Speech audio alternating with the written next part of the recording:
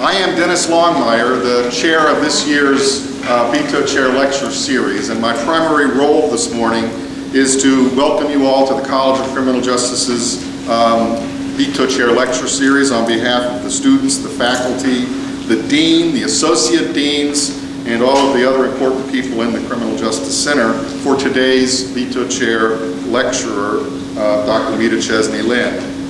Dr. Meda Chesney-Lind is a professor of women's studies and the coordinator of graduate studies at the University of Hawaii, Manoa. This is the third Beto Chair lecture this year, being held this year, and it will be followed March 22nd by a lecture from Austin Surratt, who will be visiting us from Amherst College in Massachusetts. And so mark your calendars, same time, same day, March 22nd, Austin Surratt will be joining us.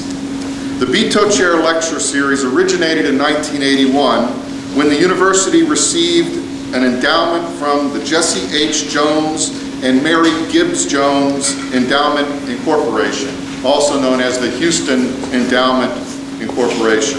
The purpose of the gift was to provide funding to bring scholars who are leaders in the field of criminal justice to the campus to help enhance the quality of the education our doctoral students are receiving as they're working toward their degrees. The series was named in honor of Dr. George J. Beto, who is a former director of the Texas Department of Corrections and was a distinguished professor of criminal justice here at Sam Houston State University from 1972 until his retirement in 1992. Since its inception, the Distinguished Lecture Series has enjoyed presentations by leading academic researchers and scholars, including Leslie Wilkins, Rita Simon, Norval Morris, Joy Pollack, who is supposed to be here. Joy, are you here yet? I didn't see you arrive. Joy is not here. She will be, and she was supposed to be attending. And we are thrilled to be able to add Meda Chesney-Lind's name to the list of distinguished lecturers. Dr. Chesney-Lind received her undergraduate degree from Whitman College in Washington. She received her master's and PhD degrees in sociology from the University of Hawaii. And on her resume, she mentions her areas of specialization to include criminology, with a special focus on girls' delinquency and women's crime, issues of girls' programming and women's imprisonment, youth gangs, the sociology of gender with an emphasis on women and systems of social control, and the victimization of women and girls. She began her teaching career at the community college level in Hawaii and then joined the faculty at the University of Hawaii's Manoa campus in 1982. Dr. Chesney-Lind has continued working at the University of Hawaii since that time and advancing through the academic ranks to become full professor in 1994. She also served as the director of the Women's Studies program from 1990 to 1993 and has been involved with the university's Youth Development and Research Center and currently serves as the graduate advisor for the university's Department of Women's Studies. Dr. Chesney-Lind has been involved in numerous grant activities, including work focusing on high-risk youths, youth gangs, school safety, and sexual harassment, just to name a few. She has also served as a consultant for numerous agencies, including the National Institute of Justice, the National Institute of Corrections, and the Criminal Justice Branch of the United Nations. She has published 5 books, over 100 articles, book chapters, and research monographs. Her work has been published in journals such as Justice Quarterly, Crime and Delinquency, Gender and Society, Women and Criminal Justice, and even the journal Behavior and Brain Sciences. In recognition of her tireless efforts to improve the quality of justice in her home state of Hawaii, she was awarded the prestigious Hung Wo Elizabeth and Lau Ching Foundation Award in 2003, and during her career, she has also been further recognized with 16 additional awards, including the Bruce Smith Award for Outstanding Contributions to the Academy of Criminal Justice Sciences, the Donald Cressy Award from the National Council on Crime and Delinquency, the Herbert Block Award for Outstanding Contributions to the American Society of Criminology, in 1996 when she was also named as an American Society of Criminology Fellow. In 1994 alone, she received the Distinguished Scholar Award from the American Society of Criminology's Division on Women and Crime, and was awarded the University of Hawaii's Board of Regents Medal for Excellence in Research.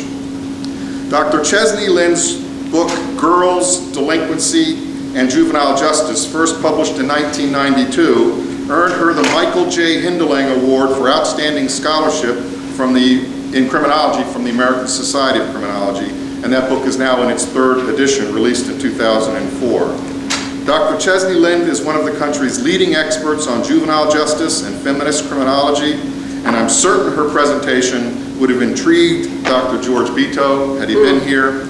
Please join me in welcoming today's distinguished lecturer, Dr. Meda Chesney-Lind.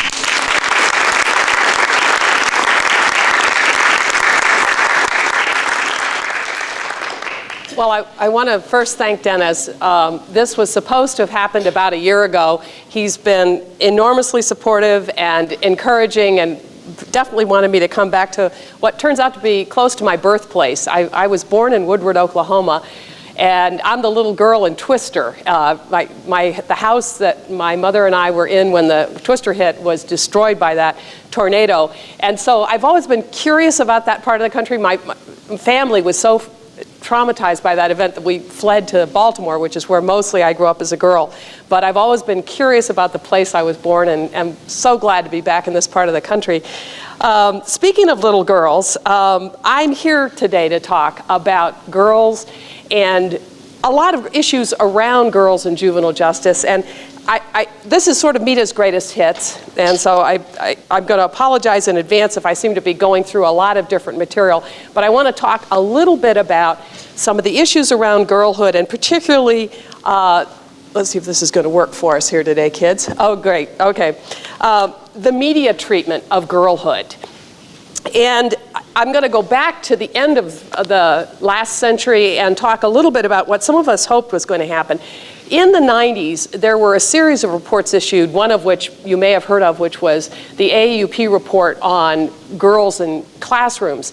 And that was a very important study that was done looking at how basically traditional schools shortchanged girls. And I thought, well, that's great. That's going to issue in that, plus the earlier work that Carol Gilligan did was going to issue in a conversation about girlhood, and my phone wasn't going to be ringing. Well, I couldn't have been more wrong. About the early part of the 90s, I started getting calls, and yet I have to tell you, some of these are very strange, especially to get in Hawaii. One was from I don't know if you remember the Ricky Lake show, but I was in class, and I come back, and there's this little pink slip from our office manager, and it says, the Ricky Lake show is called, and they wanted to talk to me about girls who are thugs. And, and they actually didn't want me on the screen. They just wanted to talk to me about girls who are thugs, and then, you know, put some thug girls on. And did I have any suggestions about thug girls that might go on the Ricky Lake show? After that was Oprah and a series of others. Most of these I've never been on, I have to say. I usually flunk the early test. And the early test is really about, do I buy into the kind of media hype about girls getting terrible and girls, you know, and the initial sort of bad news about girls was really around girls and gangs. I don't know if you remember this, but we started seeing images like this fairly frequently. We discovered that gangs weren't entirely male, and often we saw images with girls peering over the barrel of a gun.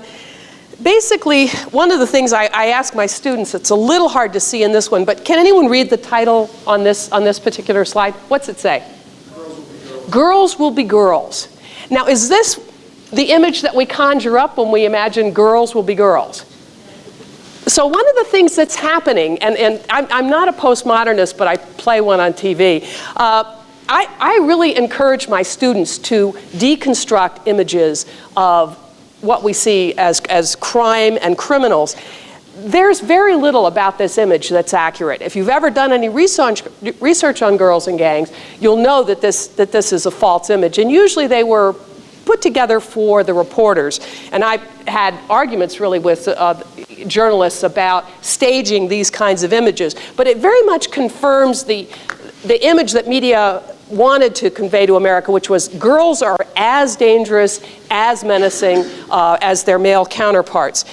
one of the other themes, and I'm going to try now to go back. Let's see if I can do this without, oops, yeah.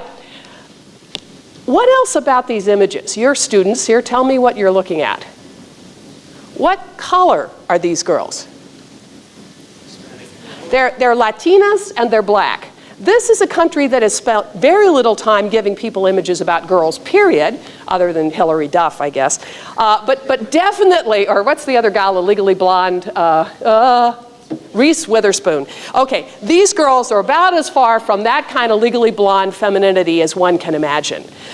By the late 90s, and I was beginning to talk to reporters at this point, so I actually talked to this guy, Royal Ford, and I said, you know, if you're going to present images of girls who are violent and girls who are bad, at least be accurate about it. Girls don't use guns, they use knives. He got the knife part. I don't know if you can read it, but there's a knife somewhere in that lingo. But we were still horrified at the image. Now this bad girl shift, the shift from the gang girl to the bad girl, happened about the time of Columbine. And this was a shift in the national discourse about kids from the gang kid to the violent kid. And again, what's the big story about school shootings? You've all been studying this stuff. What's the real take-home story? Is it kids killing kids? What kinds of kids are killing what kind of kids? Well, let's just start with the what kind of kids are killing. What's the real gender story here? It's boys. Did we have a national conversation about boys after Columbine? No. Did we have a national conversation, dare I mention the word guns? We did not have a conversation about the male gender. We instead had a conversation about kids killing kids. And so we begin the patrol, and this is where the school violence stuff comes in, the zero tolerance stuff that we're going to talk about a little later. Okay, moving forward in the media. Now we're going to talk about white girls. Is it good news for white girls? What is she? She's the mean bitch backstabbing her way into popularity, okay? But notice that we're now suddenly seeing a victim. One of the things that when we talk about offenders, we typically see girls of color. When we talk about white girls, we typically see victims. It's still not good news for white girls, though, because pretty soon we had the White Girls Gone Wild stories. You're just reading Time and Newsweek, you'll see these things.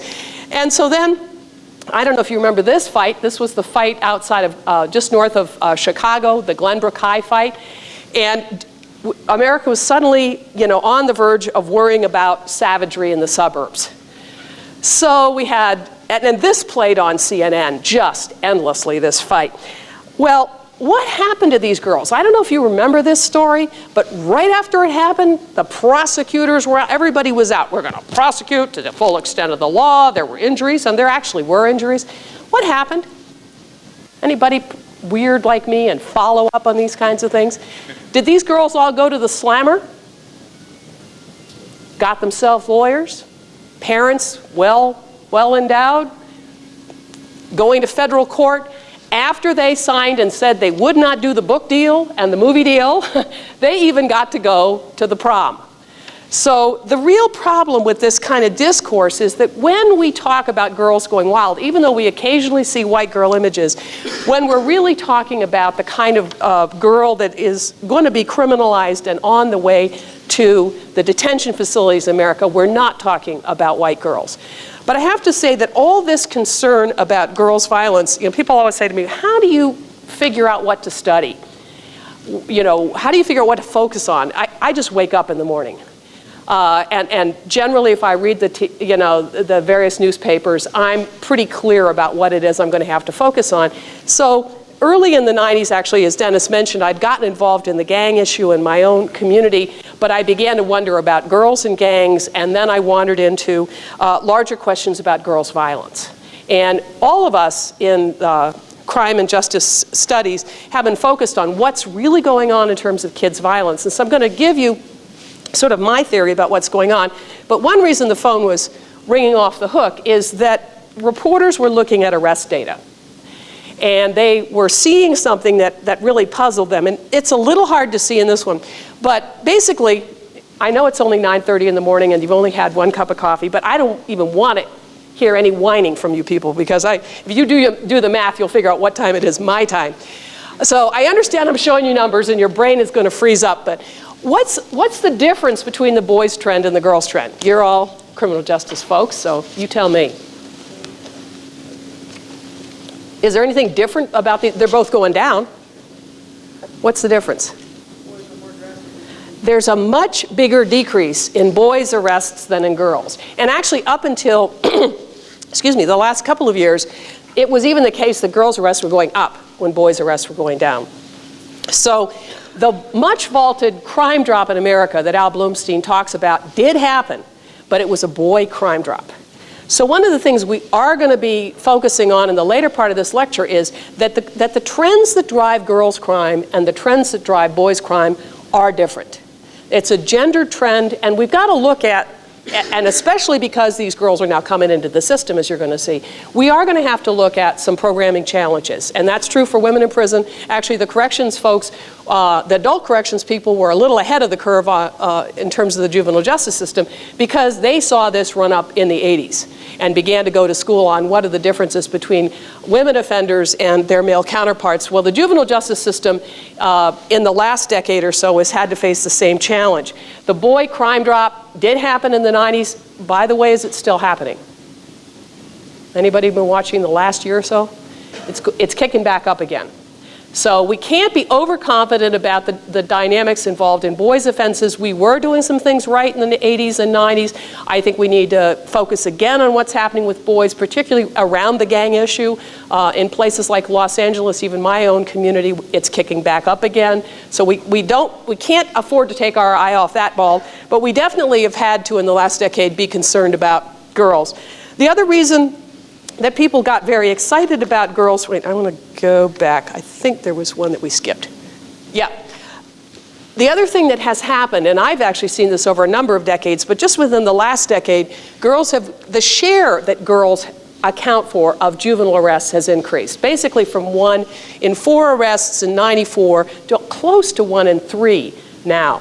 So that means every 3rd arrest of a juvenile America now is basically an arrest of a girl. That's a very, very different pattern than we've experienced previously. And now we get to the kinds of offenses for which girls have been arrested. And again, we see a gendered trend.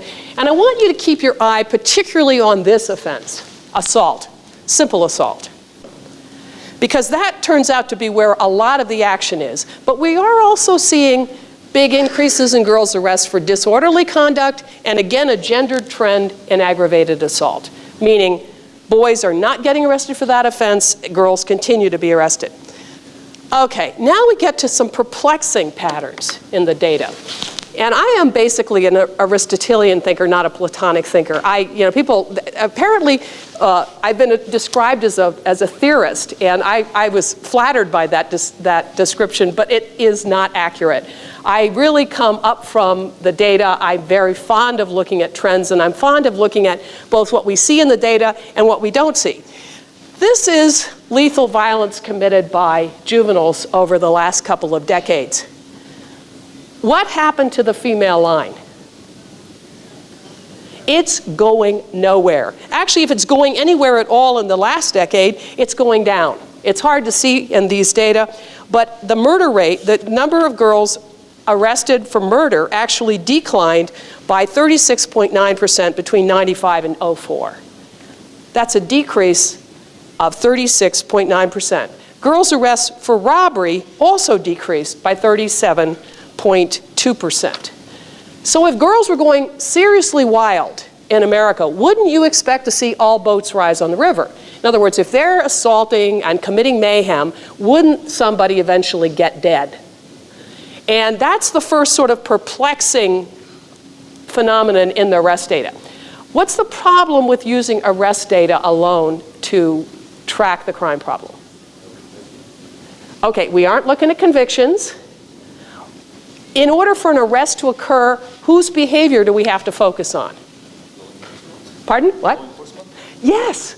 There are 2 people in this interaction. There's the alleged offender, and there's someone else defining the behavior as a problem.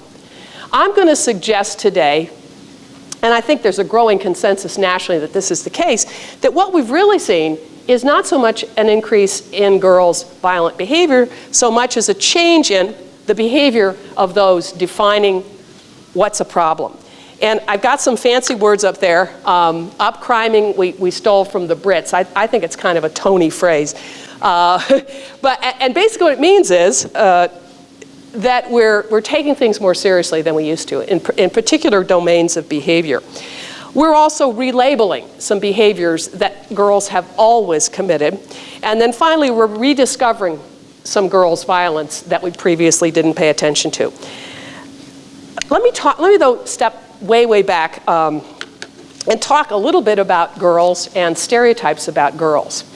And I think this is where, you know, you should not be so self-absorbed that you only consult your own biography as a criminologist, because we're not very good data usually for the populations we're attempting to understand. But in this particular instance, I happened to grow up as a girl, and I, you know, just thought about it, and I thought, did I ever hit my sister Margaret? Yeah. And actually, I can remember the last time I hit her, which was not, you know, when I was in grade school. And I remember because Pat Erskine was sitting next to us. We were in the front seat of I think I was in some year in college. And we had one of our little slappy things.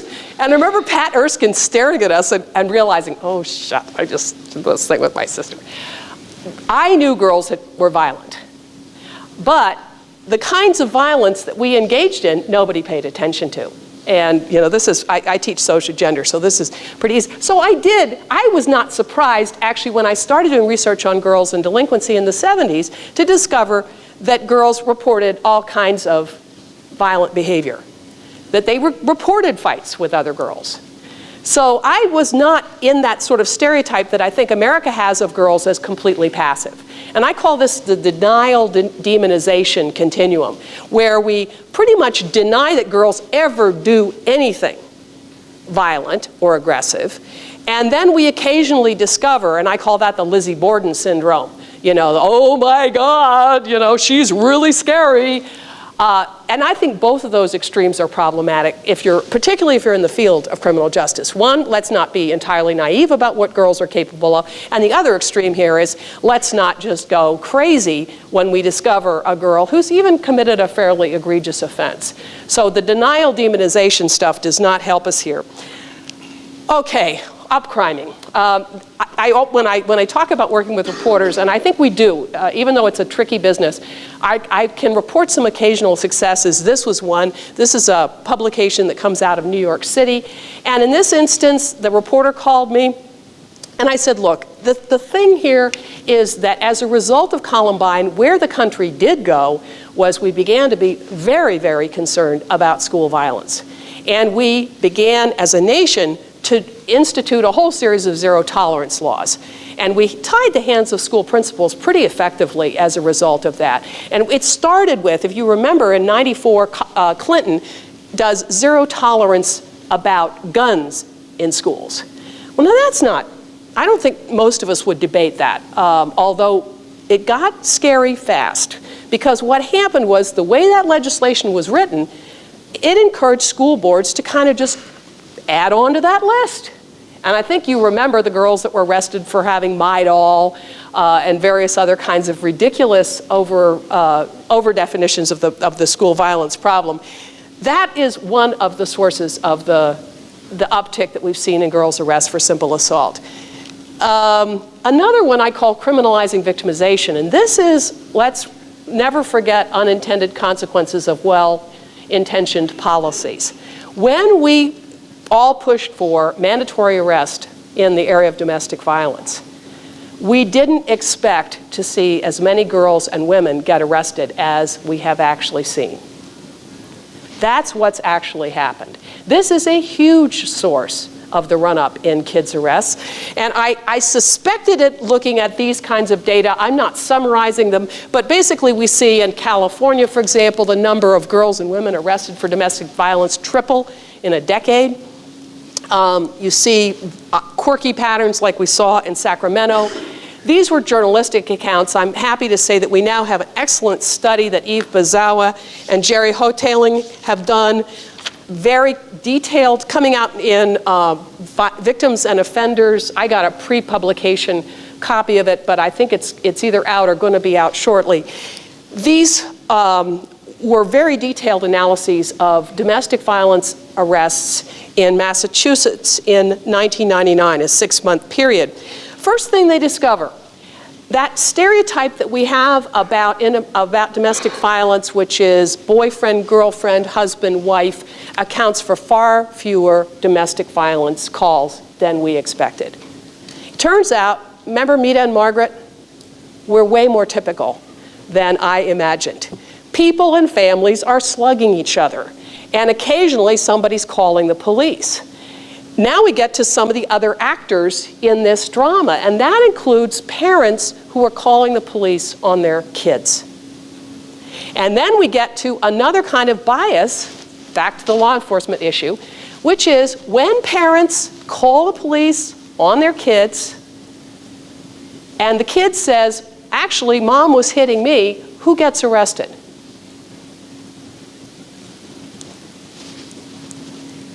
Who gets arrested? Kid or parent? Kid. Let's talk about power in that situation. The parent has a certain amount of social capital that they bring to this interaction. Kids tend to have less, and here comes the real surprise. Girls have less social capital than their violent brothers. So if juveniles are placed against adults in this kind of arrest situation, the kids lose. And if females and males are listened to, it's the females who lose, and you are doubly screwed if you are a young girl. And it turns out the odds of you getting arrested are even greater than those of your violent boy counterpart. So this is out of Eve Bozawa's study. Again, I thought early on this was happening. I was hearing anecdotally from various people, mostly public defenders, that they thought a lot of the girls that were coming into the system for violent offenses were really involved in things like throwing, my favorites are from Leslie Akoka's research, throwing cookies at your mom in the kitchen, throwing a Barbie doll at your mother is another one.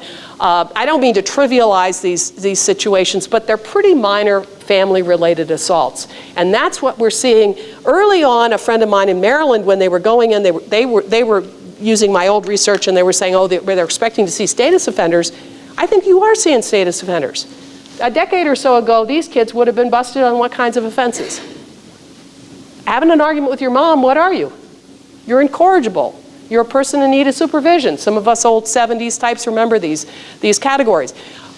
What happened in 1974 to those status offense categories that made them less popular with everybody? See how good your criminal justice program is. 1974, a juvenile justice law, what?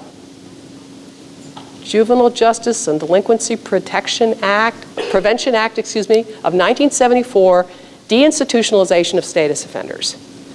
If you're a parent, you're angry with your daughter, you want her detained, you cannot get her detained anymore in the 90s if you call her a runaway or a person in need of supervision. If she's in for assault, boom, bada bing, she's going. And in many states, it's mandatory detention. I heard about this initially in Florida, and now it's again showing up in the data. Okay, last but not least, so I call this relabeling. We're basically taking offenses that in the 70s we called status offenses, we're now calling them assault arrests. Family-related domestic violence, and remember the school stuff. We're still, we're talking about girl fights. Remember those girl fights in high school? We had them. Everybody had them. Trudy Earlbeck was the one in our school that was, the bad girl everyone kind of tracked. Big hair. Saw big hair at the airport. I didn't realize big hair was still in. Anyway, last but not least, we get to the self-report data. Now, I was looking at the self-report data in the 70s, and these are data collected, these data come from the Centers for Disease Control, and I was just sitting in my office when I remembered, hey, wait, the CDC tracks self-reports on all kinds of kid behavior, whether you use seatbelts, whether you wear, protective gear when you ride your bicycle. They also asked kids if they were in fights. And let's look over time, because the CDC do this every 2 years. Now, this is the gold standard in self-report data. What do these data show? What's happened? Is there any trend at all? And if so, what? Let's look at just the line for fight. How many girls were reported being in a physical fight in the last year in 1991? I know your brain freezes up when you see numbers, but you have to loosen up. Engage in some critical thinking here. In 1991, how many girls were in a physical fight? 34.2%. 2005, girls gone seriously wild, savagery in the suburbs. What's the number? 28.1. It actually went down as low as 23.9 a couple of years ago. It's bobbling around. Is it flying off the charts the way our arrest data are? No. So, and you know, then I made the mistake of presenting this in a group kind of like this, and Daryl Steffensmeyer's graduate students were there, and so of course Daryl has the article in Criminology. Daryl's hell on data sets, and he looked at this data set. He also looked at monitoring the future. He collected some victimization data out of the federal victimization statistics. He analyzed every data set he could get his hands on, and in the article that he published with his students in criminology, he basically confirms that this is in fact the case. Kids' violence is not going up. Girls' violence in particular is not going up. In fact, it's either stable or declining depending upon the data set you look at. Now, there are always problems with every data set that you look at, and none is perfect. But one of our challenges in criminology, and again, this is why, you know, I'm very Catholic about my methodologies. I always want to look at every possible data source that's available on a topic. And we've basically gone through quite a number here. I haven't talked at all about qualitative data, but even just looking at the quantitative data, we get a very mixed picture, but in the main, we conclude that the hypothesis that it's really about the policing efforts of kids, but not simply changes in the behavior of law enforcement, it's also changes in the behavior of what other groups? Parents and teachers. If we begin to be concerned, as we did in the 90s, about kids' violence, if we become very alert to that, we will see an increase in arrests, particularly of minor forms of that violence. If we were worried, as we were in the 70s, about girls' sexuality, we see arrests of kids for those kinds of things. So it's a matter more of what we're concerned about and what we police than it is about the kids' behavior. So here, oops, wait, I want to go to my cute little slide here. Oh, I have to go here. Again, one of the virtues, you know, Dennis was rattling off all this stuff about myself, and what it really just says is I'm old, and I've been around for a long time. And so one of the virtues of age, if you keep good files, is that you remember some stuff that used to happen before. And so I remember the first time we had a panic about women's crime. It was in the 70s, and it was about white girls who were drug-using hippies, and they were going to be terrorists. And so we have the pictures of those girls. And notice again the ethnicity in the 70s. The girls we were concerned about were white girls. We come forward in time and we got the gang girls. This was another success. These are Barbie dolls dressed in gang attire. And this, a reporter also got it. I think we were just overhyping this. And that's my best cover art that I can come up with, the little Barbie dolls. But that doesn't mean that we don't now face challenges in the criminal justice system with reference to girls and women's offending, because as we were talking about earlier, those of us who are professionals in the area of criminal justice don't necessarily control the social forces that produce the challenges that we now have to contend with. And the reality is, on the ground, that the juvenile justice system was really set up to deal with boy offenders. It was a system to talk about wild boys. And now it's dealing with girls. And I'm going to use a number that's a little earlier, but one that in my career I very much remember. When I first started studying girls and juvenile justice in the 70s, I remember a dean who was not particularly impressed with my focus, suggesting that this was a kind of boutique area. I remember him saying that, and I'm just thinking, gosh, I guess studying half the human race is a boutique thing. But he had they always have, all those people that attack you have a little bit of truth in. The reality was that girl and women offenders were a small percentage both of the prison system and of the juvenile justice system. In the prison system, they were less than 5% of those incarcerated in the 70s. In the juvenile justice system, about 1 in 5 arrests of a kid was an arrest of a girl. They were about 20% of juvenile arrests. Well, as I said earlier, now it's 1 in 3, and it continues to close. So the gender gap is closing. And we're also seeing some other trends. We're dealing with girls who are labeled with categories, offense categories that are far more consequential for them in the system. They're not going to be easily diverted. Once you have a kid who's charged for a person offense, there are all kinds of triggers in that system. Again, it's a boy system. So violent boy gets you on the fast track to some very serious kinds of consequences. So relabeling of girls' behavior into these categories has had some major impacts, as you're going to see. The most alarming thing that I see in the trends in juvenile justice is, and this, we were talking earlier about trends in women's incarceration. In the most recent data published by the federal government, we're seeing the first dramatic increases in girls' institutionalization that I've seen since I started doing this research several decades back. So we're beginning to see in the kid system what we saw 20 years ago in the adult system, which is an increase in the incarceration of youth and a pullback from basically 30 years of deinstitutionalization efforts in this nation. Again, as I saw with the women in prison situation, we're not having a national conversation about whether this is a good idea, we're simply doing it. So my plea to all of the scholars in my field is let's pull back from this and decide if we as a nation want to approach juvenile justice the same way we did, or juvenile crime the same way we did adult crime, which is just start locking up vast numbers of folks. Let me give you some data on this. The most recent OJJDP data, this is Howard Snyder, Melissa Hickman, and Ann Stahl, fabulous folks doing great research in this. We see a 98% increase in girls' detentions in the last decade. That's huge. I've been looking at this stuff for decades. We don't see anything like this.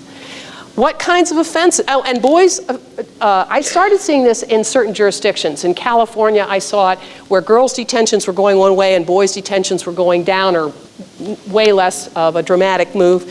What kinds of things are getting girls in trouble? Technical violation, this is a tar pit. This is the same old stuff that I recognized in the 70s. This is juvenile court judges getting in power struggles with kids and saying, if you don't go back to school, I told you to go to school, I told you to obey your mother, have you obeyed your mother, have you gone to school like I told you? No, she hasn't. So suddenly now we're slapping her with a contempt of court citation, and she's in detention. Big theme in girls' detentions, not so significant a theme in boys' detentions. Simple assault, though, is right up there. And that's again why we're having to talk about the girls' violence. They aren't leaving the system. People aren't saying, whoa, whoa, whoa, this girl just threw cookies at her mom, why is she here? She's also getting referred to court in far greater numbers than we saw previously. And again, not a big increase. Girls are now 39, 40% of most juvenile court caseloads. Huge shift from years back. And again, made me very popular on the speaking tour. And I'm just like, I don't want to be here. You know, at least not talking about these kinds of things. Again, most significant explanation for this is referral per person offense. So this focus on girls' violence and girls' assault means huge increases in the referral of girls to court for these kinds of offenses.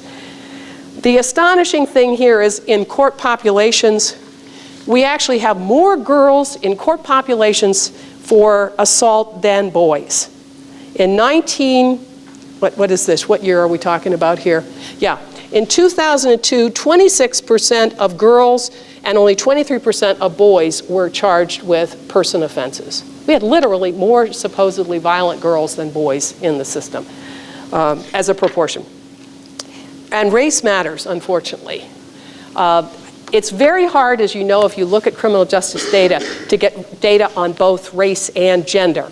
But occasionally we do. This was an ABA study, and what we see is that the impacts of these kinds of relabelings are particularly consequential for African American and to a lesser extent Latina girls. And in the west coast of the United States, Asian kids are also turning up in the system for these kinds of offenses, and also Polynesian kids. So it's about race and gender. So when you do your research, as I hope you're going to do, make sure you keep that in mind as you do your research, which is, for America, this is as much a conversation about race as it is a conversation about gender.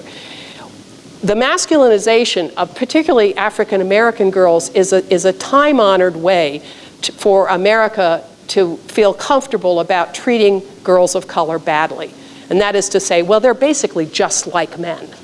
That justified putting them in the fields during slavery, beating them as if they were men during slavery, and coming forward in time, it makes us feel okay about detaining and jailing them because, again, remember those images we saw, how violent and how menacing they looked. Remember that nothing in the media is accidental, and now we're at the self-fulfilling prophecy stage where we're seeing the consequences of these images in our system. Okay, what are we doing here? Now we get to another horrible statistic. The number of female commitments is up 88% in the last decade. Again, I've seen numbers, 10, 11%. The proportion of increase for boys, if you want the boy counterpart here, is 23%. I mean, this is red alert time, kids. This is really serious. By the way, Texas looks better than my home state of Hawaii. I was amazed, I have to say, when I went and looked at the data on commitments. The number of girls in the custody population in Texas, you're at about 13%. So that's good. Your juvenile justice system has always had a pretty good reputation among people who really know juvenile justice systems in America. I'm thinking of the book Texas Tough, but also I think there's some good stories here to be told about the juvenile justice system. You have kept your numbers down. If we unpack that 13%, again, 15% of the nation's custody population's female. You're at 13. You want to see a bad state, look at mine. So much for having a positive impact. I live in this state my whole life, and it's terrible, looks horrible. I'll try and tell a good story about Hawaii at the end here. But we're just in a mess. Our judges have just never gotten out of the business of patrolling kids' behavior. And I think some of this is a complicated intellectual and political terrain. In small states with kind of cream puff crime problems like Hawaii, that gives juvenile court judges more time to meddle in the lives of kids. When you get serious crime happening, they kind of take their ball off the girl thing because they've got, things are really bad over here, we got to pay attention. So places like Chicago, you don't see judges in the business of kids' lives so much. Another state like Ohio that I visited, you see the judges in the business of girls in the southern part of the state and not in the north. In the north in Columbus, they got some serious problems, so the judges can't be like, did you go to school yesterday? Or why are you still seeing that boy I told you not to see? In Hawaii, they're doing that. They're doing that. They're in the girl's business. And of course, she is seeing the guy they didn't like, and she's down in Waikiki at 3 o'clock in the morning, and he doesn't like that, or she doesn't like that, and we're throwing him in detention for that kind of stuff. So I still see some of the old stuff that, I made my, early career based on, but we also see some of these new trends. They're all sort of mixed up. In Texas, girls were 11% of the public custody population, 7% of the private custody population, and it's not all good news here. You're 20% of the kids in detention are girls. Again, the national average is sort of, if you're keeping track of the numbers, 12% in public, 16% in private. You're actually seriously undergirled in the private institutions for whatever reason, and 19% of those detained. So again, your data show it's not bad. It's states like Hawaii that need me to be here lecturing them. And they don't listen to me in Hawaii. They go, oh, there goes Meda again. You have to go to another state to be listened to. It's a rule, right? So I bring Dennis to Hawaii to tell people in Hawaii what to do. That's a peculiar thing about any field, but I think particularly criminal justice, is that you get your effectiveness in your own community pretty early on, you're written off. Oh, there he goes again, he's always talking about that.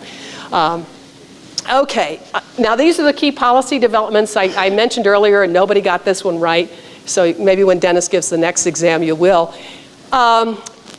We've had 30 years basically of deinstitutionalization efforts starting in the 70s. As with the deinstitutionalization of mental health populations, this was an idea that sounded sort of good on paper, but was an actual disaster when implemented, in part because no one really thought through, if we let all the mentally ill people in America out of the facilities, what services do we have for these people? Not very many. None. We also this has been less publicized, but when we let all the runaway girls out of the detention centers in the 70s, we also didn't think about what this was going to mean. We didn't get services in place. And so by the 80s, we had some predictable messes on our hands. And we began to have some reaction from the juvenile justice system. I don't have time to go through all of this stuff. In the 90s, we reauthorized the act. This is where things began to really move on the girl front. There were a couple of things that happened, but in many states, and I'm not sure if Texas was one of them, we began to see a focus on girls and juvenile justice. That has continued into the present, and we have the girls study group that Office of Juvenile Justice and Delinquency Prevention has established. I'm actually on that study group.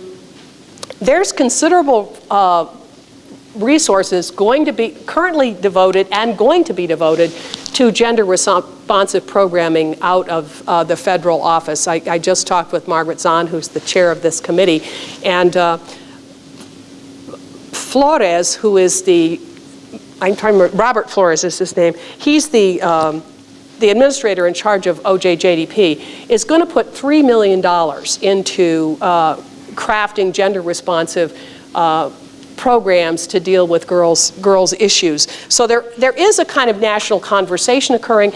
Much of that conversation was jump-started by challenge grant funds that in the 90s in many states allowed people to do profiles of the girls in their justice system, and then began again to do some work on key policy developments. I believe Texas is one of the states that has a parity bill that was passed in the 90s, looking at the need to set aside resources for girls in the juvenile justice system. I was talking to a young woman from the University of Texas, and she was working at the Texas legislature at that point, and did, I think, get some laws passed. You might want to double check that.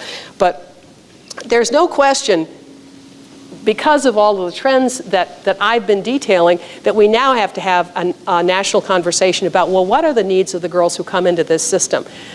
And we've got a boy system, as I said earlier. Let me just give you one statistic. This was a study that National Organization of Women did of youth programs. Well, actually, have any of you worked in youth programs? Okay. What kind of stuff do we typically do if we've got a youth program? What do we do? Maybe yours is inspired, but what's our typical, if we don't want kids to be delinquent, what do we do with them? Oh, okay. But let's talk about, this is not a program for at-risk kids. This is just, we want to keep the kids busy. What do we typically do with kids? What? Extracurricular activity, which means sports. Sports. Now, Title IX has changed this terrain, I'm happy to say, but we still have a lot of girls watching boys play sports. Most of our youth programs in Hawaii, I had one that was boxing. We had a community terrible problem with gangs in Waipahu, and I looked to see what the Police Activities League was supporting up there in Waipahu, and it was a boxing program. Now, I heard all about how boxing is really good, and it's about mental conditioning, and it's about physical condition training, and that's all great. I said, I don't think these boys need to be encouraged to box. Can we talk soccer? But the real issue here is that our youth prevention activities were really about the kind of recreational stuff, which is typically, again, a boy system. And if girls had a role in this in the old days, and we still see this Palama settlement, what did we get to be? We get to be cheerleaders. No good, people. No good. Okay. Girl programming is in recreation and prevention, total afterthoughts, less than 12% in the National Organization of Women's Study of California's system. The federal programs that were set aside in the 70s to support the deinstitutionalization efforts were basically political pork for the delinquency prevention programs, and basically those were boy programs. And there's been a bit of backlash as we started doing gender responsive programming. Predictably, we got male youth workers complaining about, this is just the flavor of the month kind of stuff. But the reality is that we had not thought about girls. This is one of my absolute favorite quotes from Marion Daniels, who is a probation officer in Maryland, fabulous African-American gal. And she said, for years people assumed that all you have to do to make a program designed for boys work for girls is to paint the walls pink and take out the urinals. And I've got a tie from Marion, because I went to Maryland and talked to her folks, and that says, you know, paint the walls pink, and I'd redo that tie to take out the urinals. We literally, in another prison story that's very much like this was Tina Foreman in Fresno, and we put women in prisons that were designed for men, and literally they had urinals, and Tina had to say, you might want to take the urinals out. Not going to work for women. I think that's kind of an image of how radically things are different if you begin to put girls and women at the center. What are the differences in delinquency? This is official delinquency, and it basically is a great visualization of differences between boys and girls. This is kids referred to, I've got to look at my time here, a juvenile court is an urban juvenile court in the 90s. What you see here is that girls are less chronic and they are also less serious offenders.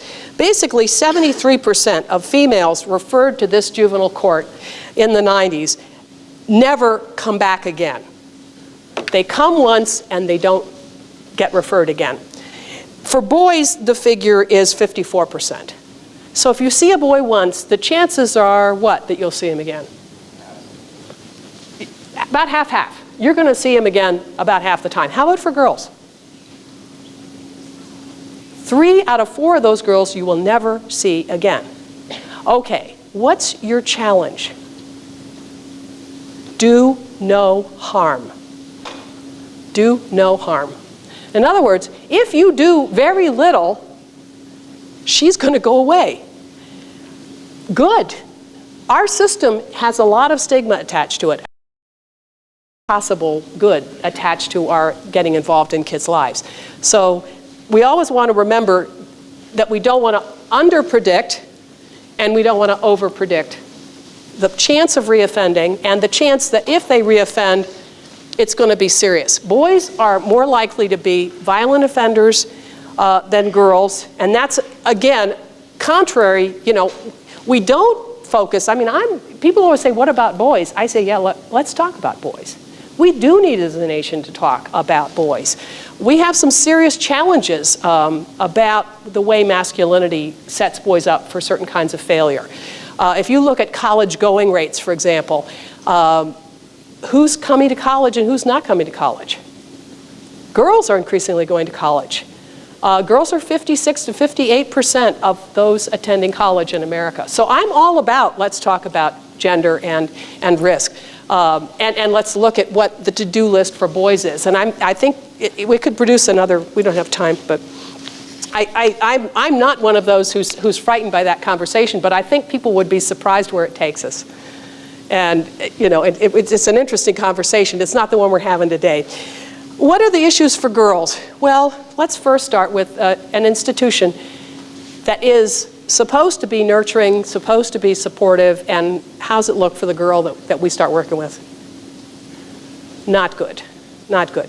We start with one of the first things that I ran into when I first started talking to the girls in the systems that I was a part of, which is sexual abuse. Something you don't hear about from boys.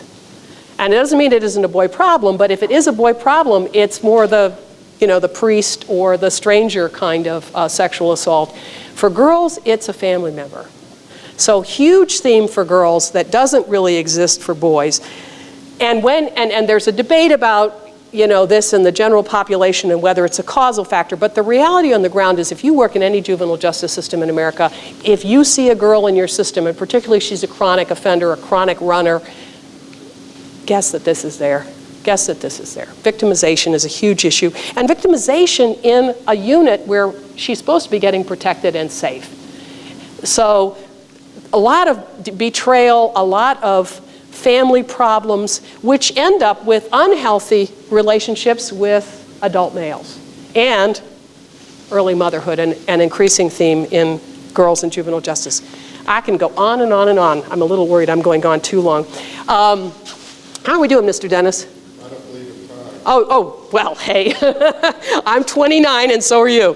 Okay. Runaways and throwaways. When you talk about girls, regardless of what offenses we're talking about that get them into the system, running away from home is a big theme. And again, that's because of the sexual abuse issue. She's not running because it's her birthday and she just wants to go off with her friends. If she's a chronic runner, it's because she's running from something as well as to something. So issues, boys and girls run away in about equal numbers, but for very different reasons.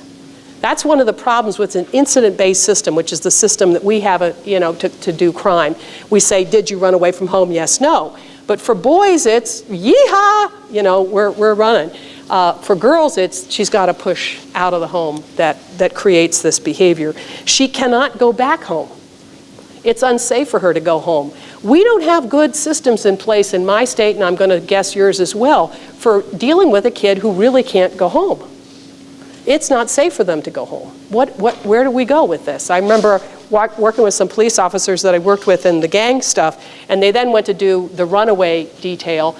And I got a call from one of my friends going, we'd be sitting in this, they had a Saturday morning, you shouldn't run from home deal, and there with the girl and her parents, and my friend Dave said, these are sex abuse victims. What am I supposed to do? I can't send her back into that environment. We still, as a nation, have not got good systems in place. The foster care system is often as abusive and problematic for these girls as their own homes. So we do not, but that's a problem. We put girls in placement, expect that they're going to run.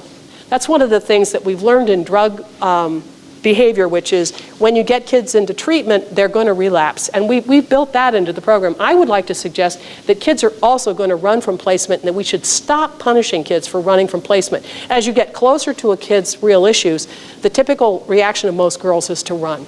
So build that into your program. Education, I'm just going to highlight some of these.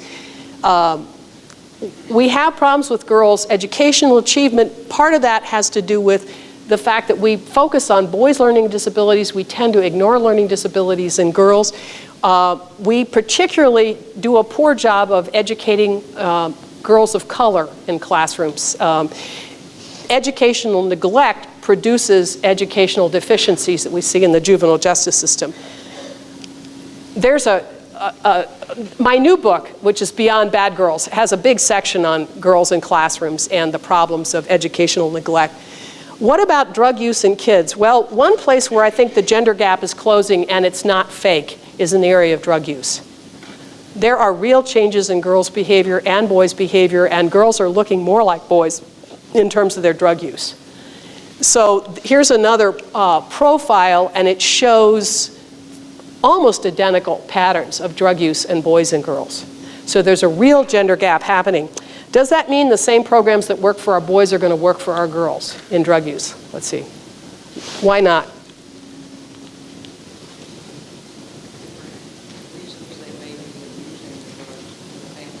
Exactly. Girls are self-medicating. She said the reason girls are using drugs, that's what we always have to ask kids. When they're using drugs, why are you using the drug? And for the girl, it's going to be self-medication. I'm oversimplifying here a lot. But for boys, it's really about this battle between them and the substance to see, typical college boys kind of thing. Maybe if I drink a gallon of beer, what will happen? Okay, this doesn't occur to girls and women typically, but my husband did that in college. So again, consult your own biography. You were drinking a gallon of beer? What does happen? Well, you get very, very, very drunk is what happens. And there's a lot about throwing up in the frat house and that kind of stuff. For girls, it's really about self-medication. So our drug treatment implications are very different. If you're dealing with a guy who is saying, I'm stronger than the substance, your typical 12-step program is going to work, because that's all about recognizing you're powerless in your addiction to this drug. For girls, it's not about power. It's never been about power. It's been about pain. So that's a whole different reason to take drugs. It's a whole different kind of way to intervene. Another not good thing with the girls that we see are going to be, if we get them off those substances, we're going to discover mental health issues. A lot of comorbidity in girls' detention populations. Even though, this is why probation officers hate to work with girls. And this is a reality. If you talk to most probation officers, they say, we hate to see a girl, because things are very complicated in their lives. There's a lot going wrong. And even though the offenses for which they've been brought into your office are pretty minor, you go and let's go look at the family. Ooh, bad news. Oh God. Okay. How about school? Oop, not good, not good. Older male, boyfriend, scary stuff going on there. You know, practically any domain you look at in her life, things are a mess. She's got post-traumatic stress disorder, which is going to be relabeled as ODD, particularly in facilities. I have ODD. It's called, oppositional defiant disorder. Maybe that's why I liked studying these girls. I mean, I was like, having problems with authority. That's me. You know, I'm right there. But again, if you've ever talked to people working in a detention facility, we've got real serious mental health issues with the girls and co-occurring disorders in very large numbers. Again, just like our adult prison population. What about the girls who are violent? Well, again, surprising, for me, important side of that is that the girls who are violent have serious histories of victimization in the family. Boys who are violent don't necessarily show that, but they show that they grew up in very violent neighborhoods. So very different sort of pathways into violent behavior for boys and girls. What specifically seems to be going on is that girls who are violent grow up in violent families where they see boys and men who are powerful in the family because they are physically violent. And they get this in their head that to be violent is to be powerful. And they don't want to be victims like their mom, so they'll mimic the male violence that they see as a way to access power. The problem with this is the victims of that behavior will be other girls, not the abusive boyfriends or stepfathers that they're mimicking. It'll be other girls. Sabella Arts and others, Lynn Mickle-Brown, call this horizontal violence. So they'll engage in violence with other similarly situated girls, but as a way to get some of that toughness and to feel like they're not like the girls that they see around them, and even themselves who are victims, they're tough. They can handle it. The worldview of aggressive girls, and I think this is one of the challenges if you do work with girls. A lot of middle-class folks, like the people in this room, say, I want to work with girls. I have a passion for girls. You're not going to like some of the girls you meet. And they're not, and more importantly, they're not going to like you. And I asked Pauline Bart that once. I said, why is it that the girls and women don't like us? And she said, well, let's start with sexual abuse. The first adult woman that this girl trusted betrayed her. She went to mom to say this was happening, and mom said, choice between my boyfriend and me and you lose. So there's an enormous distrust of other girls and other women, and particularly older women. The ideology of family patriarchy, I want to read this. It supports the abuse of women who violate the ideals of male power and control, which emphasize that girls and women be obedient, respectful, loyal, dependent, sexually accessible, and sexually faithful to males. Violent girls, more often than not, buy into these beliefs and police the behavior of other girls, thus serving to preserve the status quo, including their own continued oppression. This means, long story short, if your boyfriend goes out on you with another girl, who's at fault for that? The other girl, not your loser boyfriend. So you fight with the other girl. And all girls are sluts, bitches, and hoes. I'm one of the guys. I'm separated from that femininity that's so despised in America because I'm really more like boys. That's the worldview of aggressive girls. They excuse male violence and infidelity and blame other girls. This is tough work for the people who work in girls' groups when you start hearing these kinds of attitudes about femininity. The other thing we have to focus on is getting as good at culturally responsive programming as we are trying to get, and we aren't very good at getting gender responsive, but we need to also look at the culture of the girls in our system for a couple of reasons. One is there are a lot of potential ways to work with this young woman, reconnecting her with a culture that she may be alienated from. But in order to do that, we connected with Samoan culture. And to be culturally competent doesn't mean we got to get ourselves a Samoan. We don't have one, you know, let's get one. It means all your staff has to learn about Samoan culture. All your staff has to learn about African American culture. Not just them, us, you know. We have to learn. Luckily, I grow up in a community where I'm the minority, so I have to get smart about other cultures. You know, it's way better food, by the way, if you're interested. Okay, I just want to, I'll end with a couple of things. This is a prevention program that Lynn Mickle-Brown has put together. It's a wonderful thing talking to girls in schools about girl fighting, some of the relational aggression issues that I mentioned earlier. She has a series of 12 steps. Is it 12? Maybe it is, yeah. What she's talking about here is basically do your own work means, do you ever get angry, and what do you do when you get angry? And how do you deal with it? And talk to girls honestly about anger. Teach girls and empower girls to read their own school culture critically. Talk to them about picking their friends. There's a big issue for girls, and they're very peer-oriented, just as boys are. Girls' peer groups are pretty toxic. So this is a good thing to talk about with young women, about, you know, who's popular and why. Media constructions of beauty and femininity, great stuff to talk to girls about. If you're doing any girl programming, some great resources here if you're interested. For the masculinity and crime stuff, look at Jackson Katz. He's got the classic one, which is called Tough Guys, G-U-I-S-E. He's also got one called Wrestling with Manhood that looks about messages of violence with young boys. He's got another one called Spin the Bottle, which looks at alcohol on college campuses, again, looking at gender of both males and females. For girls, take a look at Slim Hopes with Jean Kilburn, Still Killing Us Softly, whatever iteration she's at of that one. Good stuff. I start kids with media because they all know the popular media. You can get them thinking critically about it. For boys, it takes you quickly to violence. For girls, it takes you to this pretty and popular and all that crap about how skinny we all need to be.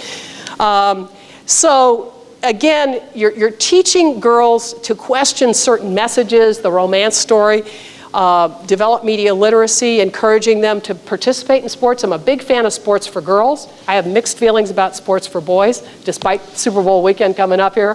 But I think that has to do with the gender thing. What's often good for girls is not so good for boys, or needs to be lightened up for boys, and vice versa. For boys, it's, so you're interested in poetry. Well, that's good. Tell us a little more about that.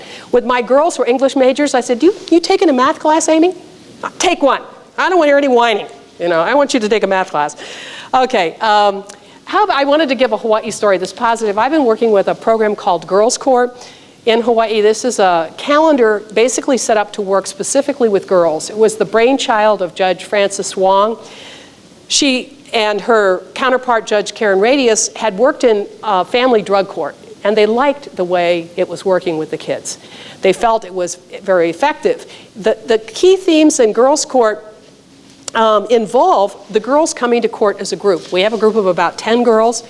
They all see each other's, if you will, trials or adjudications. That's an important, and they see them regularly, once a month, not once every 6 months. They also bring the girls' parents in. And then we run programs for both the girls, and these programs are things like going and working with dogs who go into nursing homes and work with chronically ill people. So we get the girls out in community service projects with each other. We also work with the parents on parenting skills. And what's been interesting is that the group effect of the parents meeting with other parents has been really interesting, because every parent that you've ever run into has had a kid in trouble with the system. Basically, they negotiate that system alone, and often are frustrated and don't understand what they can do and don't know what to do with the kids who are going off track. So one of the weird and good, I mean, when we put this together, we never thought about the parent piece. They're always telling you, worry about the parents, worry about the parents. But reality is we were worried about the girls. We said, well, parents are going to be there. We're going to have an activity after the court. So we knew what we wanted to do with the girls. And it was like, oh, shit, here are the parents here. What are we going to do? Okay, well, let's do some stuff with them. That turned out to be that's the good thing about life, is that these things you kind of back into are sometimes, look, your whole career, like me. It's just about, well, I just said that one question. Well, if we have all these delinquency files, do we have any girl files? And my friend looked up and said, oh, just a few. I said, fine, put them aside for me. I'll read those. That was really how it started. I wanted a master's thesis, and when he said there were only a few files, I said, great, I don't have to read a whole lot. I'd love to lard it up with a whole bunch of feminist stuff, but the reality on the ground was a few files over here versus a mountain of files over here. I picked the few over here. The rest is history. So we've actually got some early data which are sort of encouraging to suggest this might work. There are some legal issues that we need to address. Somebody said flippantly, what about a race court? So you are going to see some challenges to this kind of model in terms of, you know, is this fair? Is it equitable? What about that? So, okay, this is the to-do list for all of us, I think. First is, we have to challenge media hypes about kids and this constant litany of bad news about kids. Mike Males has done a wonderful job of this in his career with books like The Scapegoat Generation, but I think we also need to do a lot more work with journalists to get them to cover the crime story in a more nuanced way and a less kind of, here we are at the scene of the crime, you know, that sort of between that CSI thing and the kind of 6 o'clock news, which I watched your 6 o'clock news, and it's about all crime all the time, you know, and you're down in kind of grubby neighborhoods interviewing neighbors, I don't know, he's kind of a nice guy, approach to crime. More of a public health approach, a more nuanced, contextualized approach to the crime story. I hate books like See Jane Hit, which has just been written by, you know, a sort of liberal psychologist. I'm even angrier at academics who write these books than I am at our journalist friends. Journalists are kind of, you know, they've got a 800-word thing, they've got a news hole they got to fill every day. But academics who write books that mislead the public are particularly toxic, and they basically fuel this moral panic we've got. We've got to obviously do a lot of good research on girls' issues. That's happening, I'm happy to say. There's good work being done around the country, but we need more of that. We need to look at how the pathways differ by ethnicity. We're going to have to worry more about what to do with the girls who are in our system and to make sure that we don't harm them. And then lastly, we have to now worry about what we're going to do with this new kick up that we've seen in the institutionalization of girls. So I'm going to stop there, friends, and thank you very much. Okay, wonderful. Thank you all so much for staying. And I open the floor to questions, comments. Why did you stay?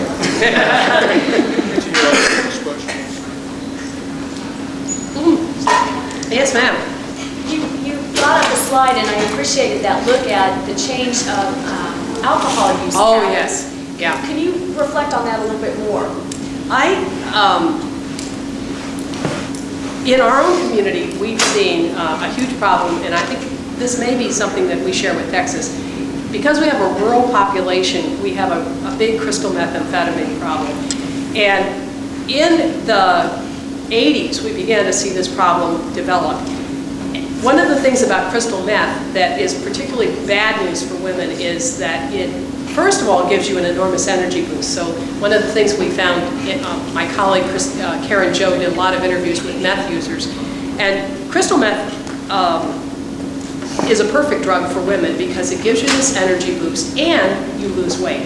So women initially report that they could, you know, clean their house, go to work, you know, go to that grubby job that they have and have their house looking fabulous and lose weight all at the same time and have basically a lot of energy. So the word on the street was meth was strong enough for a man but made for a woman. So it was my first realization that there are certain substances, and of course terrible problems ensue. You lose your teeth, they're terrible, you know, pharmacological brain damage effects. But here, you know, that then got me to thinking about, well, what are the other kinds of women's problems that drugs can solve? And the meth problem and cocaine share the weight loss. And again, this message to girls and women is you have to be skinny, skinny, skinny, skinny. And as we know from even reading the celebrity magazines, a lot of Hollywood movie stars abuse prescription drugs. I think middle and upper middle class women do that as a way to stay slim. I think working in lower class women who have exhausting jobs and still that double load of housework and childcare go to drugs for those kinds of things. And then you get the self-medicating more intractable problems. One of the challenges we had when we worked with family drug programs, when we got the women off the drugs, then we had to deal with all the problems that started coming up once they were clean and sober. And my friend, who was a total drug person, was shocked at the mental health issues that we were dealing with, and had to quickly get a mental health person on board because, you know, we were having serious mental health problems. Let me talk about girls and alcohol. This is a more recent thing. And here what we've got is another sort of girl story, and there's a boy story that goes with it, but the girl story is, you're supposed to be a good girl. You're supposed to be obedient, you're supposed to be a student that works hard, you're supposed to be all of those things. And then you watch MTV, and you're suddenly supposed to be this good girl goes wild. How do you make that and sexual? And of course the message to girls is this total, you know, poor Madonna message, at least in our culture. How do you make the transition from this good girl, this obedient daughter, this good student, to this, you know, kind of spring break, wild babe, you know, show your breast scout? Well, one way to do that is to drink alcohol. So we've seen an increase in girls binge drinking, and the reason that girls are engaged in that is, again, to give themselves permission, they think, to be this other girl that they'd kind of like to be. They'd kind of like to be in touch with their sexuality. We don't give them, as parents, even now, our message to our daughters is absolutely nothing about sex. Even if you talk to most modern girls, they will say their mothers told them nothing about that. That's our, apparently the new rule is just don't say anything about it. Maybe they won't find out, you know. Well, they're going to find out. So we don't give girls, this is the Deb Tolman research, we don't give girls permission to be in touch with desire. We're still given that same old 50s message about if you go too far, it's your fault, you know, too far. So we just, alcohol becomes the bridge. And again, Jackson Katz, if you want to talk to your students about this in classes, I think our campuses are a mess when it comes to this stuff. I was at Ohio State and talking to some of the folks there, and they said their biggest problem on weekends is alcohol poisoning. And again, because we have smaller body mass, we're gonna be there faster than males. And of course, that doesn't mean males don't have a problem with binge drinking. For boys, the alcohol issue, I think, plays out in that more just kind of, wow, you know, if one shot is good, maybe 20 shots will really be good.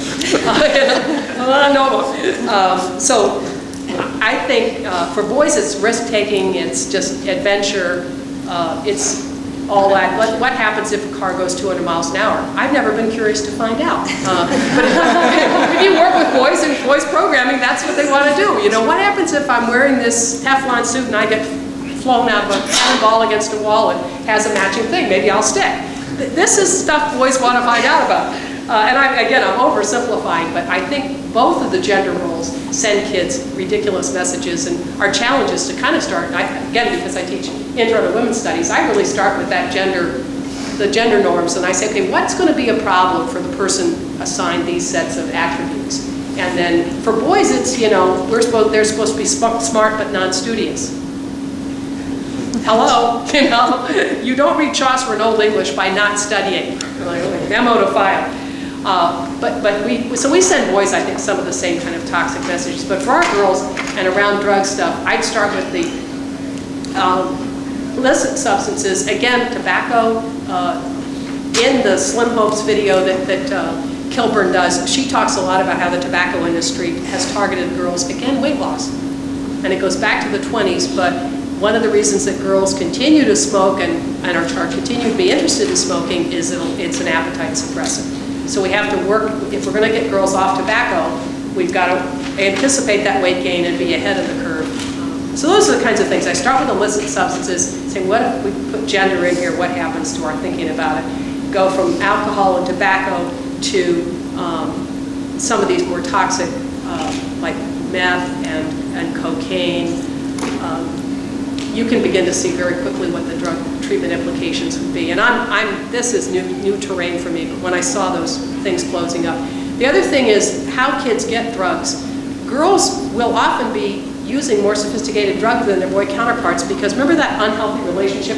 Well, that's what adult men give girls. That's one reason you've got a 13-year-old girl with a 20-year-old boyfriend, is he's giving her drugs. So she may show up at your detention center with far more sophisticated drugs than her boy counterpart because she's got this creepy older boyfriend who may be doing all kinds of things in her life that you're not happy about. And it's not necessarily just a pimp role, it's just, you know, an unhealthy relationship. But sometimes it can morph into a kind of pimp, drug scene, girl over her head situation. And again, she's drawn to that relationship because she has very damaged family relationships. Good question. Other thoughts, questions, comments? Yes, sir. Expound on the issue related to, you mentioned gender-specific and race-specific courts. She expound on the possibility of social implications of enacting such courts, because I think that's a very forward way of thinking to enact gender and race-specific court. We're in a mode of specifying courts. You know, the race court thing, when somebody was attacking the girl court notion, so then I did the same thing you did. I thought, okay, well, let me think about this. We have a Samoan judge in Hawaii. We have our biggest crime problems in Hawaii are with Native Hawaiian and Samoan and other Polynesian groups. One of the things that's a big problem in the Samoan community is the parents don't speak English. So we literally are running a court system that the people in the room, in a language the people in the room don't speak. And one of the Samoan judges realized that the parents were not understanding what he was saying as the judge. And he stopped and of course we're supposed to have translators and things like that. But he literally stopped the court and he said, I'm going to now just repeat what I said in Samoan so the parents can understand what I said. So we can start with something very basic like we're not running the court in a language the parents in the room speak. But past that, I'm kind of, then we got to, let's take African American communities and the resources and the issues that are going to be playing out in those communities. Do we want to run separate courts? It could get scary. I mean, it begins to sound like Plessy versus Ferguson land. But do we want to think about, especially when we're talking about programming for those kids, do we want to think about the issues in that community? And do we want to bring in, let me take the Samoan example, because I know it well. One of the things that's different, and I think there might be some parallels with African American communities here, we're big on secular in Hawaii because we have Buddhists, we have, you know, a wide range of religions in the mix. And so our strategy typically as a juvenile justice system is being very secular. Very secular. Never the God word, never say the God word, never talk about ministers. Well, it turns out in the Samoan community, the Samoan church is a proxy for the village in Samoan life. If you don't bring in the Samoan minister, you're missing a huge part of the culture of that community that could help this kid. And my understanding, and it's imperfect, of the African American community is some of those same resources exist in that community on the ground. If you know that about the community, when you're trying to program for a kid who's alienated from his parents, alienated from his school, alienated from all of the institution, there may be a resource that you're overlooking because you're so, oh, I can't walk through a door of a church, God forbid. So that's an example. So where I would go with this in gender responsive programming is, what resources are we not thinking of because we're focused on a boy solution to a girl problem? The same thing's true if you're dealing with an African American kid. What are the institutions in that culture? And the more you know about that culture in that community, the more you can realize there may be a minister here that we could tap who could provide some real help and some real supports for this young man and get him back on track, or young woman, and get her back on track. So that's an example. But race court could be very, very frightening. And that's the same worry, by the way, that we have with the girls' court. Because we tried that in the early part of the last century. It was called Wayward Girls' Court. And there's a classic book by Paul Tappan that warns us, don't go there, because you suddenly have judges creating very different standards, and you've got to look at equity issues across these systems. But how's that sound? Make sense? Good. Thank you. This is how I learn, is by thinking about these things. This is a good place to stop. And you all who are going to be joining Meda in a minute, let's make it 5 minutes, Yeah. at least give me the chance to walk through. The Bates room. Where is the Bates room? I'll find it. Oh, okay, good. I'm never sure. I've only been here 20 years. debates room in 5 minutes, say 5 or 10 minutes, and then lunch. Okay. Thank you so much. Thanks, Thank you. guys.